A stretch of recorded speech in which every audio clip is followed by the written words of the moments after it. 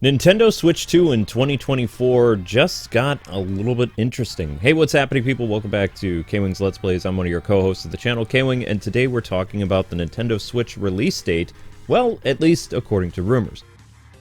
Now, keep the following with a grain of salt, but until this is officially confirmed by Nintendo, everything is just rumors and speculations. Just like people thinking that the Nintendo Direct is going to happen in February. While it lines up with Nintendo's traditional calendar of doing Nintendo Directs, it's not a guarantee that it's going to be happening in February, although it would be great timing.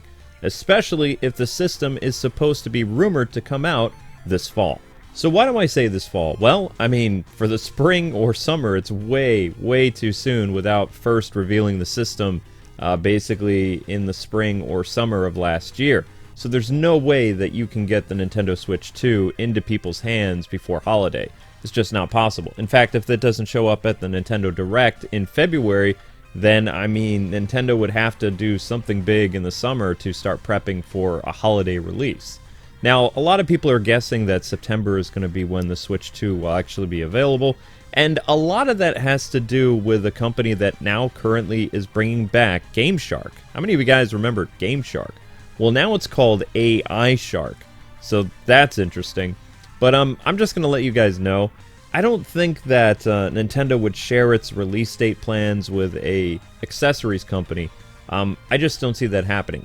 One of their big software partners and friendships with like maybe Capcom or Konami, something like that, I would say that would definitely hold more weight than essentially AI Shark. But what do I know? You know, I'm not really a member of the game press as much anymore, so I'm just kind of looking at this like from a different point of view and also trying to remember how Nintendo did things with Wii U and DS and stuff like that. Now, that isn't to say I don't think the system could come out in, the fall. I mean, it would be for Nintendo's benefit, actually, to do this, because Nintendo Switch isn't really doing the best with ports and games that are not first-party. Now, believe it or not, the new Prince of Persia game is actually playing quite well on Nintendo Switch, and I kind of wish that I got a review copy of that version instead of on the PS5. Especially that whole portable aspect of Nintendo Switch, I could easily grind the game and do a lot of stuff that, well, I can't really do on the PS5, so kind of, kicking myself for that. But in my defense, I mean, a lot of Nintendo Switch games that we looked at in 2023, they had a lot of performance problems. And, well, a lot of us blamed it on kind of like, developers not doing optimization for the system, but I don't think that's actually what the issue was. I think the issue was the old hardware in the Switch itself. So, with that being said, it's made me kind of hesitant to look at non-first-party Nintendo Switch games because, well, I don't want another fiasco like Avatar and Transformers and just a handful of other games that we covered in 2023. It was embarrassing for us to cover the game where it looked really bad, as well as, for our partners over at Outright and other places, it just did not look great. And, looking at that, if 2024 is going to be kind of like that for Nintendo, then if I was the big N, I would find some way of getting the system at least in circulation in people's minds now. So, if they don't, well, things might be pretty bumpy for them in 2024, especially with all these people wanting these really cool games on Nintendo Switch that we know aren't going to really work. Hogwarts Legacy is kind of like the diamond in the rough from last year because it was a game that released earlier in the year and then it came out near the end of the year for Nintendo Switch and helped the entire numbers of Hogwarts Legacy to reach over 22 million. And that's across every system that it came out, by the way. But it was a really big title for Warner Brothers, and Nintendo Switch helped push it into new heights. The game, performed alright, and the graphics were definitely downgraded, but the game played a lot better than Arkham Knight on the Switch, which was an absolute train wreck. And it was one of those ports that people was kind of like, how in the world is this game going to work over here? But I mean, the game is just like atrocious on Nintendo Switch. I mean, there's really no nice way of saying it. Also, it's littered with so many bugs. Like, players can't even do the Nightfall Protocol, so to complete the game 100%, as well as challenge maps and all kinds of stuff just don't work. So, as a big fan of Nintendo, I don't want to see them keep struggling like this, and the Switch's hardware is just way too old.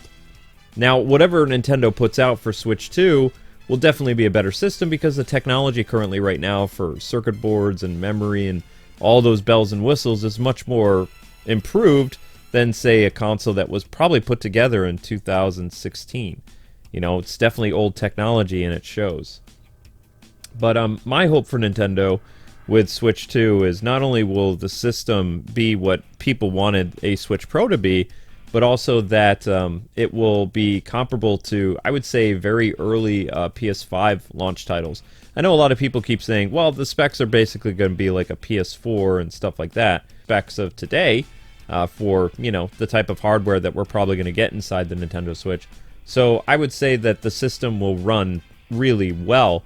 In fact, maybe it'll even run as well as a Steam Deck. I don't personally have a Steam Deck, but everybody keeps telling me how amazing a Steam Deck is. So who knows? Maybe it could be like comparable to that. Nintendo, for a lot of reasons, always goes with consoles that are kind of, I wouldn't say downgraded, but they use older technology because they're trying to make an affordable product that is available for all ages, for families and things like that who, you know, they really can't afford a big expensive system like an Xbox or a PlayStation. And with America being in a recession right now, you know, Nintendo really needs to be considering how they price the new system accordingly, because, I mean, things aren't quite how they were when Nintendo Switch came out. A $400 system, which is the rumor, it would be, you know, I'd say it would work with what the economy is right now, but I wouldn't really say it's quite affordable. But again, if it is, you know, newer technology that actually gives people what they want, which is essentially a Switch Pro, then, you know, I think a $400 price point is pretty good. Now, the reason why I love the fall 2024 thing is because I think Switch 2 could make a killing at Christmas time. Nintendo has actually had a pretty good record outside of the Wii U for doing really well at the holidays with their new consoles. There's been a few exceptions, mind you. Nintendo Switch is actually about to close in on PS2's lifetime sales of over 150 million worldwide, and that's pretty impressive for basically a console that had a abysmal 2023 release for games. Like, a lot of the games had a lot of issues and people were complaining about them, and it's sad to see that Nintendo had to go through stuff like that. Again, first-party games were fine, but third-party ports were just kind of a mixed bag. Some of them worked, some of them didn't, some of them had to be patched tremendously, and it just wasn't a good look for things. One of the things that I would like to see Nintendo do with Switch 2, now that I'm thinking about it, is we're kind of running into a problem with the Switch's memory where we are. Did you guys know that the Switch's save files are actually massive? Which a lot of people kind of gloss over and forget, but if you're ever worrying about like why your system memory is so low, try to check out your save files and see if you have any that are over a gig. And believe me, some of them definitely are.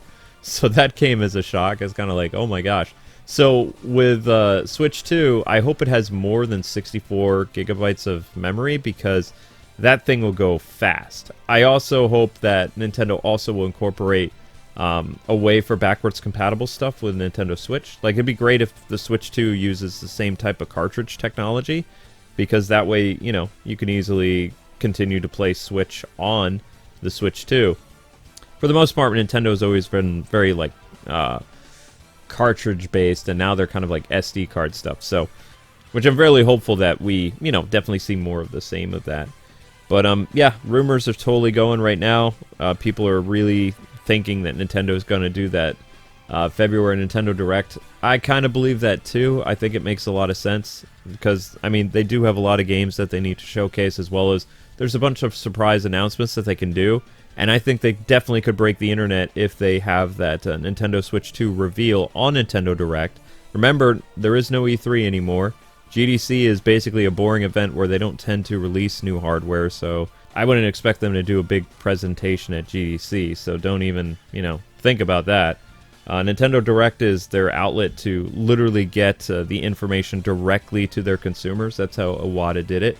So it would be very beneficial to them to, you know, use February's Direct wisely, because if they wait another year to release their next system, well, we don't know what the competitors, PlayStation and Xbox, are going to do next year, as well as there's more of like these Steam Decks that are popping up all over the place. If Nintendo wants to stay ahead in the race of like these new hybrid, basically PC portable consoles, then they definitely need to get out there and be like, hey, Switch 2 is coming, it's happening this year, and you are going to love it just as much as you love your Nintendo Switch. But anyway, now I want to hear from you guys and gals. Do you think the Nintendo Switch 2 is coming out September of this year or holiday?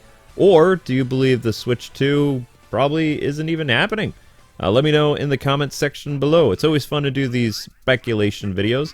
But again, I don't really think AI Shark would actually have the information that the Switch is coming out on that date, as well as it was kind of cool to see them backpedal so quickly and be like, we're just guessing at the release date, because if they are on the mark, you definitely don't want to get sued by Nintendo. But anyway, people, that's going to do it for me. Thank you so much for watching. Keep it locked here as we continue to look at the Prince of Persia for Ubisoft. We have another stream coming your way this afternoon at 4 o'clock, as well as there were 2 episodes that I wanted previously on the PS5. If you're hesitant about playing the game on Nintendo Switch, I've been told by friends who actually played it that the game runs fine. It's a little downgraded compared to, you know, the higher res consoles, but the game plays flawlessly on Switch. And again, I'm really kind of upset with myself for being hesitant about that when Ubisoft offered it, because I could be playing it in the palm of my hand right now and grinding without having to walk over and turn on my PS5. But anyway, people, have a great rest of your day. See you guys live later today with more awesome stuff. And if you guys have a topic that you would like to hear in the gaming space, let me know in the comments section below. All right, guys and gals, see you live later today. God bless and happy gaming.